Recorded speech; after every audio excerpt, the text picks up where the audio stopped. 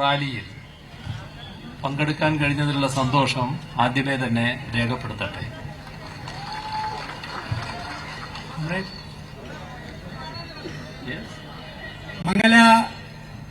ಮ್ಯಾಂಗಳೂರಲ್ಲಿ ಅದರಲ್ಲೂ ವಿಶೇಷವಾಗಿ ಕೋಮು ಸೌಹಾರ್ದತೆಯಲ್ಲಿ ಅಂತ ಒಂದು ಏನು ರ್ಯಾಲಿ ನಡೀತಾ ಇದೆ ಅದರಲ್ಲಿ ಬಂದು ഭാഗവഹിಸಲಿಕ್ಕೆ ನನಗೆ ಬಹಳ സന്തോഷವಾಗಿದೆ. നമ്മുടെ രാജ്യത്ത് മതസൗഹാർദ്ദം കാത്തുസൂക്ഷിക്കുക എന്നത് ഇന്ന് ഏറ്റവും പ്രധാനപ്പെട്ട ഒരു കാര്യമാണ്. മതസൗഹാർദ്ദത്തിന് അപകടമുണ്ടാക്കുന്ന ഒട്ടേറെ നീക്കങ്ങളാണ് രാജ്യത്ത് സംഭവിച്ചുകൊണ്ടിരിക്കുന്നത്. ഇതിനിടയാക്കുന്നത് രാജ്യത്തിലെ ഗവൺമെന്റിന് നേതൃത്വം കൊടുക്കുന്ന RSS തന്നെയാണ് എന്നതാണ് ഏറ്റവും വലിയ പ്രത്യേകതയായിട്ട് വരുന്നത്. RSS ഇതൊരു കാലത്തും മറച്ചുവെച്ചിട്ടില്ല. എല്ലാ കാലത്തും RSSന്റെ ജനനം മുതൽ അവർ ഈ രാജ്യത്ത് പ്രചരിപ്പിച്ചു വന്നിട്ടുള്ളത് മതസൗഹാർദ്ദത്തിനെതിരായ കാര്യങ്ങളാണ്.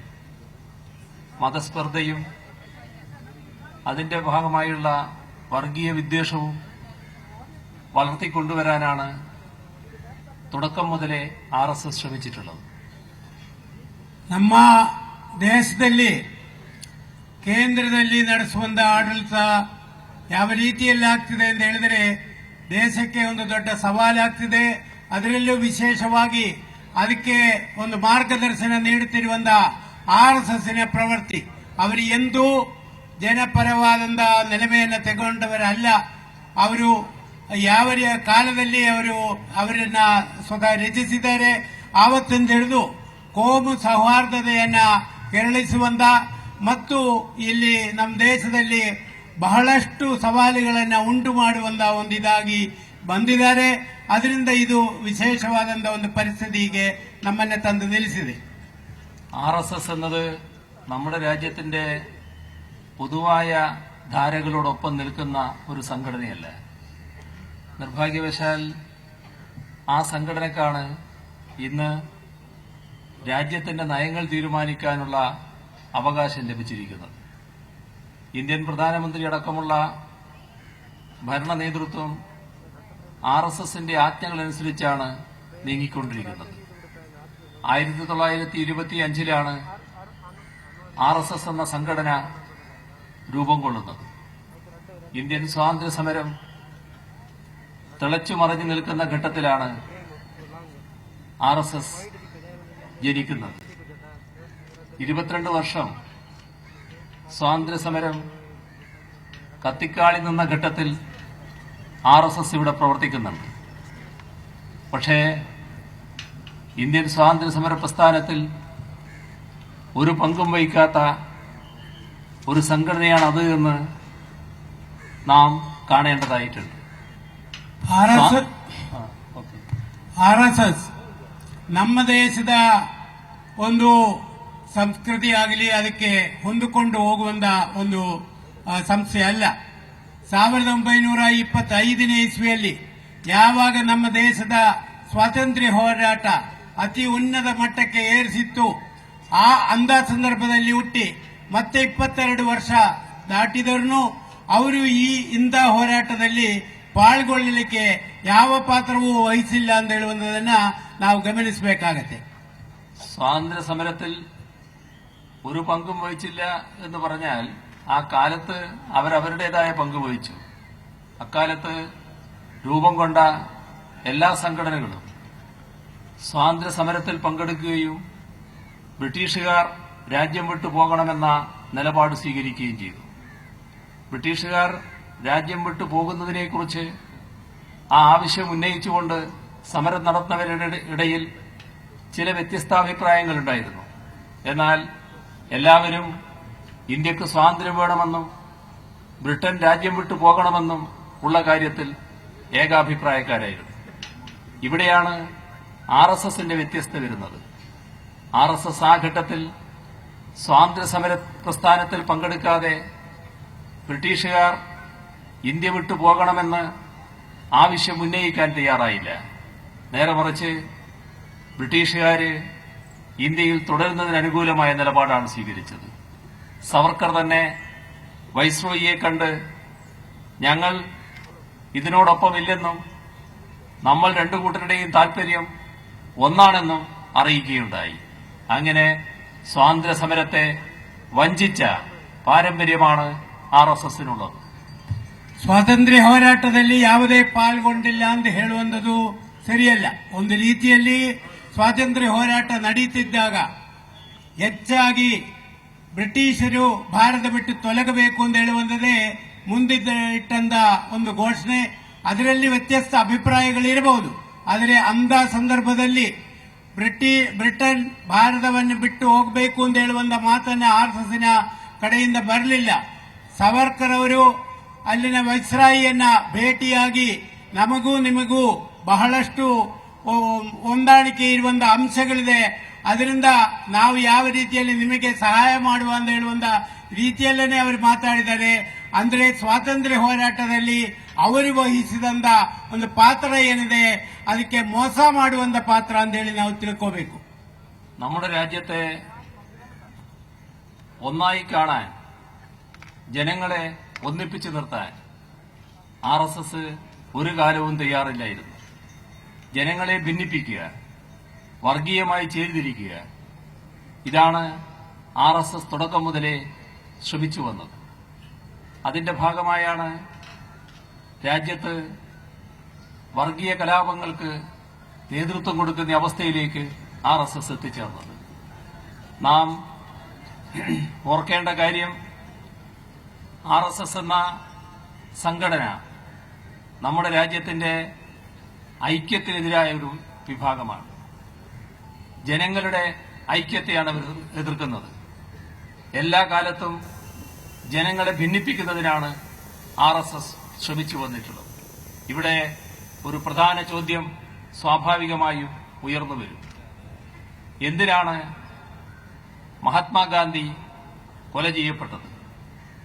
മഹാത്മാഗാന്ധി ഏതെങ്കിലും RSSകാരനെ ആക്രമിക്കാൻ പോയി എന്നാരും പറയില്ല. പക്ഷേ മഹാത്മാഗാന്ധിയെ കൊലപ്പെടുത്താൻ ദീർഘനാളത്തെ ഗൂഢാലോചന സംഘപരിവാറിന്റെ നേതൃത്വത്തിൽ നടക്കുകയായിരുന്നു. ഏതു തരത്തിലാണോ ഗോഡ്സെയുടെ കയ്യിലുള്ള ആയുധം ഗാന്ധിജിയെ വധിക്കാൻ ഉപയോഗപ്പെട്ടത്, അതേപോലെ RSSന്റെ കയ്യിലുള്ള കേവലമായ ഒരായുധം മാത്രമായിരുന്നു ഗോഡ്സെ എന്നത് നാം തിരിച്ചറിയണം. ഗാന്ധിജി കൊല ചെയ്യപ്പെട്ട ഘട്ടത്തിൽ പലയിടങ്ങളിലും അന്നത്തെ RSS അവരുള്ള ചില സ്ഥലങ്ങളിൽ മധുരം വിതരണം ചെയ്തു എന്നതും നാം ഈ ഘട്ടത്തിൽ ಓರ್ಕೇಂಡതാണ്. RSS ಯಾವತ್ತೂ ಭಾರತದ ಮುಖ್ಯ ಒಂದು ಗುರಿಯಾಗಿತ್ತು. ಇಂದು ಅದನ್ನೇ ಮುಂದುವರಿಸುತ್ತಿದ್ದಾರೆ. ಯಾವ ರೀತಿಯಲ್ಲಿ ಅವರು ಈ ಭಿನ್ನತೆಯನ್ನ ಉಂಟು ಮಾಡಿದೆ ಅಂತ ಹೇಳಿದರೆ, ಭಾರತ ದೇಶದ ಜನತೆಯನ್ನ ಒಂದಾಗಿರಬೇಕು ಎಂದು ಬಯಸಿದವರಲ್ಲಿ ಅವರು ಯಾವ ರೀತಿಯಲ್ಲಿ ಅವರು ಮಾಡಿದ್ದಾರೆ ಅಂತ ಹೇಳುವಂಥದ್ದು ಗಾಂಧಿಯ ಇದನ್ನ ಕೊಲೆ ಉದಾಹರಣೆ. ಗಾಂಧಿಯನ್ನ ಕೊಲೆ ಮಾಡಲಿಕ್ಕೆ ಯಾವ ಒಂದು ಸಂಚಿಗಳು ನಡೆದಿದೆ, ಅದರಲ್ಲಿ ಗೋಡ್ಸೆ ಅವರು ಹಿಡಿದಂತ ಪಿಸ್ತೂಲಿಂದ ಗಾಂಧಿ ಹತರಾಗಿದ್ದಾರೆ ಅಂತ ಹೇಳುವಂಥದ್ದು ನಿಜವಾದರೆ, ಗೋಡ್ಸೆಯನ್ನೇ ಅವರು ಒಂದು ಆಯುಧವಾಗಿ ಉಪಯೋಗಿಸಿದ್ದಾರೆ ಅಂತ ಹೇಳುವುದರಲ್ಲಿ ಯಾವ ಅನುಮಾನವೂ ಇಲ್ಲ. ಗಾಂಧಿ ತೀರಿಕೊಂಡ ದಿವಸ RSSನವರು ಎಲ್ಲೆಲ್ಲಿ ಸಾಧ್ಯವಾಗಿದೆಯೋ ಅಲ್ಲಿ ಸಿಹಿ ಹಂಚಿದ್ದಾರೆ ಅಂತ ಹೇಳುವಂಥದ್ದು ನಮಗೆ ಗೊತ್ತಿರುವಂತಹ ವಿಷಯ. ಆ ರೀತಿಯಲ್ಲಿ ದೇಶವನ್ನ ಒಂದಾಗಿ ನಡೆಸುವಂಥದ್ದು ಅವರ ಗುರಿ ಯಾವತ್ತೂ ಆಗಿರಲಿಲ್ಲ. ഗാന്ധിജിയെ വധിച്ച RSSനെതിരെ ജനരോഷം അതിശക്തമായി ഉയർന്നു വന്നു. RSS നിരോധിക്കപ്പെട്ടു. ആ ഘട്ടത്തിൽ അന്നത്തെ കേന്ദ്ര ഭരണാധികാരികൾ ചിലരെ വലിയ തോതിൽ ബന്ധപ്പെട്ട് പീഡിപ്പിച്ച് നിരോധനം നീക്കുന്നതിനുള്ള നടപടികളിൽ RSS മുഴുകുകയാണ് ചെയ്തത്. RSSന്റെ നിരോധനം നീക്കിയതിനു ശേഷവും RSS അതേ നില തന്നെയാണ് ഇവിടെ തുറന്നു വന്നത്. RSSನವರು ಆ ಸಂದರ್ಭದಲ್ಲಿ ಅವರ ಮೇಲೆ ಜನಕ್ಕೆ ಬಹಳಷ್ಟು ರೋಷ ಇತ್ತು. ಆದ್ದರಿಂದ ಅವರನ್ನ ಒಂದು ರೀತಿಯಲ್ಲಿ ಅವರು ಆಡಳಿತದಲ್ಲಿ ಇರುವಂತವರನ್ನ ಹಲವಾರು ಜನರನ್ನ ಭೇಟಿ ಮಾಡಿ ಯಾವ ರೀತಿಯಲ್ಲಿ ಇದನ್ನ ಸುಧಾರಿಸಿಕೋಬೇಕು ಅಂತ ಹೇಳುವಂಥದ್ದು ಮಾಡಿದ್ದಾರೆ. ಅವರನ್ನ ನಿಷೇಧಿಸಿದ್ರು ಸ್ವಲ್ಪ ಕಾಲದ ನಂತರ ಆ ನಿಷೇಧವನ್ನ ತೆಗೆದು ಅವರು ಮತ್ತೆ ಅವರು ಕಾರ್ಯಾಚರಣೆಯಲ್ಲಿ ತೊಡಗಿದ್ದಾರೆ. ಆದರೆ ಮುಂದುವರೆದನ್ನು ಭಾರತ ದೇಶದ ಐಕ್ಯತೆಯನ್ನು സാധിಸುವಂತ ಕೆಲಸವಲ್ಲ ಅವರು ಮಾಡುತ್ತಿರುವಂತದ್ದು ಹೇಳಿ ഗമനിಸಬೇಕು. RSSന് ഏത് തരത്തിലുള്ള പ്രത്യയശാസ്ത്രമാണുള്ളത് എന്നത് നാം ആലോചിക്കേണ്ട ഒരു കാര്യമാണ്. 1925 രൂപം കൊണ്ട RSS 5 വർഷം കഴിഞ്ഞതിന് ശേഷം RSSന്റെ സ്ഥാപക നേതാക്കളിൽ ഒരാളായ മുഞ്ചെ അന്നത്തെ ലോകത്തിലെ ചില വൻകിടക്കാരെ കാണാൻ പോവുകയുണ്ടായി. അവരുടെ മാതൃകാ പുരുഷന്മാരെയും ആ രാജ്യങ്ങളെയുമാണ് കാണാൻ പോയത്. അതിലൊന്ന് മുസോളിനിയായിരുന്നു. മുസോളിനിയുടെ ഫാസിസ്റ്റ് സംഘടനാ രൂപം RSS പൂർണ്ണമായി സ്വീകരിച്ചു. ഫാസിസ്റ്റ് സംഘടനയ്ക്ക് പരിശീലനം നൽകുന്ന അവരുടെ പരിശീലന കേന്ദ്രങ്ങളുണ്ടായിരുന്നു. അത് കണ്ടപ്പോ മുഞ്ചെ അങ്ങേയറ്റം ആവേശഭരിതനായി. അതിന്റെ ഫലമായി മുഞ്ചെ ആ സന്ദർശനത്തിന്റെ ഒരു ഘട്ടത്തിൽ മുസോളിനിയുമായി ചർച്ച ചെയ്യുന്നുണ്ട്. ആ ചർച്ചയിൽ ഈ പരിശീലനത്തിന്റെ പ്രത്യേകതയും അതിവിടെ ഇന്ത്യയിൽ പ്രാവർത്തികമാക്കാൻ ഏത് രൂപത്തിൽ കഴിയുമെന്നതിനെക്കുറിച്ചും ചർച്ച ചെയ്യുന്നുണ്ട്. ആ സംഘടനാ രൂപമാണ് RSS സ്വീകരിച്ചത്. മുസോളിനിയുടെ ഫാസിസ്റ്റ് സംഘടനാ രൂപമാണ് RSS ಇಪ್ಪೋഴും പിന്തുടർന്നു വരുന്നത്. RSS ಅವರಿಗೆ ಒಂದು ರಾಜಕೀಯ ತತ್ವಶಾಸ್ತ್ರ ಇರಲಿಲ್ಲ. 25ರಲ್ಲಿ ಅವರು ರಚಿತವಾಗಿ ಸ್ವಲ್ಪದೇ ವರ್ಷಗಳಲ್ಲಿ ಅವರ ನಾಯಕರಲ್ಲಿ ಒಬ್ಬರಾದ ಮುಂಜೆ ವಿದೇಶಕ್ಕೆ ಪ್ರವಾಸವನ್ನು ಕೈಗೊಂಡು ಅಲ್ಲಿರುವಂತ ಒಂದೊಂದು ಇದನ್ನು ಗುರುತಿಸಿದ್ದಾರೆ. ಅದರಲ್ಲಿ ಇಟಲಿಯ ಮುಸೋಳಿನಿಯನ್ನ ಭೇಟಿಯಾಗಿದ್ದಾರೆ. ಮುಸೋಳಿನಿ ಯಾವ ರೀತಿಯಲ್ಲಿ ಫಾಸಬಿ ರೀತಿಯಲ್ಲಿ ಅವರ ಸಂಘಟನೆಯನ್ನ ಮಾಡಿದ್ದಾರೆ, ಅದರಲ್ಲಿ ಇವರು ಒಂದು ರೀತಿಯಲ್ಲಿ ಅದರ ಬಗ್ಗೆ ಬಹಳಷ್ಟು ಹೆಮ್ಮೆಯಿಂದ ಅವರ ಜೊತೆಯಲ್ಲಿ ಚರ್ಚೆ ಮಾಡಿ ಇದು ಯಾವ ರೀತಿಯಲ್ಲಿ ನಾವು ಭಾರತ ದೇಶದಲ್ಲಿ ಅಳವಡಿಸಬೇಕು ಅಂತ ಹೇಳಿ ಆ ಒಂದು ಸಂಘಟನಾ ರೀತಿಯನ್ನೇ RSS ಮತ್ತೆ ಅನುಸರಿಸ್ತಾ ಬಂದಿದೆ. RSSന്റെ പ്രത്യയശാസ്ത്രം അത് സ്വീകരിച്ചത് ഹിറ്റ്ലറുടെ ജർമ്മനിയിൽ നിന്നാണ്. നാസിസമാണ് പ്രത്യയശാസ്ത്രമായി സ്വീകരിച്ചത്. ഹിറ്റ്ലർ ജർമ്മനിയിൽ നടപ്പാക്കിയ കാര്യം ജർമ്മനിയിലെ ന്യൂനപക്ഷങ്ങളെ ഇല്ലാതാക്കിയ നടപടി. അതിൽ മതിമറന്ന് ആഹ്ലാദം പ്രകടിപ്പിച്ച ഒറ്റ സംഘടനയെ ലോകത്തുള്ളൂ എന്നത് നാം കാണണം. ഹിറ്റ്ലറുടെ ആ നയത്തെ ലോകത്തിലെ എല്ലാ രാജ്യങ്ങളിലെയും എല്ലാ സംഘടനകളും തള്ളിപ്പറഞ്ഞതാണ്. എന്നാൽ RSS മാത്രമാണ് അതിനെ സ്വീകരിക്കുകയും പുകഴ്ത്തുകയും ചെയ്തത്. രാജ്യത്തിന്റെ ആഭ്യന്തര പ്രശ്നങ്ങൾ എങ്ങനെ കൈകാര്യം ചെയ്യണമെന്നതിനെക്കുറിച്ച് എന്ന കാര്യത്തിൽ ജർമ്മനിയാണ് നമുക്ക് മാതൃക എന്നാണ് RSS ആ ഘട്ടത്തിൽ പരസ്യമായി ഉദ്ഘോഷിച്ചത്. ഹിറ്റ്ലർ അവിടെ നടപ്പാക്കിയ ന്യൂനപക്ഷത്തെ നിഷ്കാസനം ചെയ്യുക, അവിടെയുള്ള യഹൂദന്മാരെ ജൂതന്മാരെ പൂർണ്ണമായി ഇല്ലാതാക്കാൻ വേണ്ടി ഹിറ്റ്ലർ സ്വീകരിച്ച കിരാതമായ നടപടികളെക്കുറിച്ച് ആലോചിക്കുക. ആ നടപടികളിലാകെ ഇവിടെ RSS ആവേശഭരിതമായി. RSSന്റെ തലതൊട്ടപ്പന്മാരായവരെല്ലാം ഗോൾവാൾക്കർ അടക്കമുള്ളവർ അതിനെ പുകഴ്ത്തിക്കൊണ്ട് എഴുതിയിട്ടുമുണ്ട്. ആ നടപടിയാണ്, ആ നയമാണ് RSS അവരുടെ നയമായി സ്വീകരിച്ചിരിക്കുന്നത്.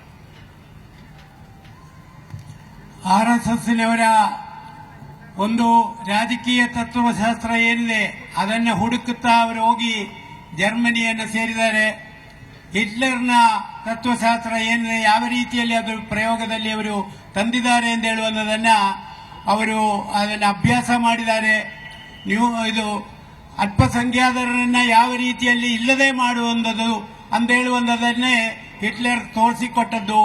ಅವರ ಒಂದು ಇದಕ್ಕೆ ತತ್ವಕ್ಕೆ ಅವರು ನಾಸಿಸಂ ಅಂತ ಹೇಳ್ತಾರೆ, ನ್ಯಾಷನಲ್ ಸೋಷಿಯಲಿಸಂ.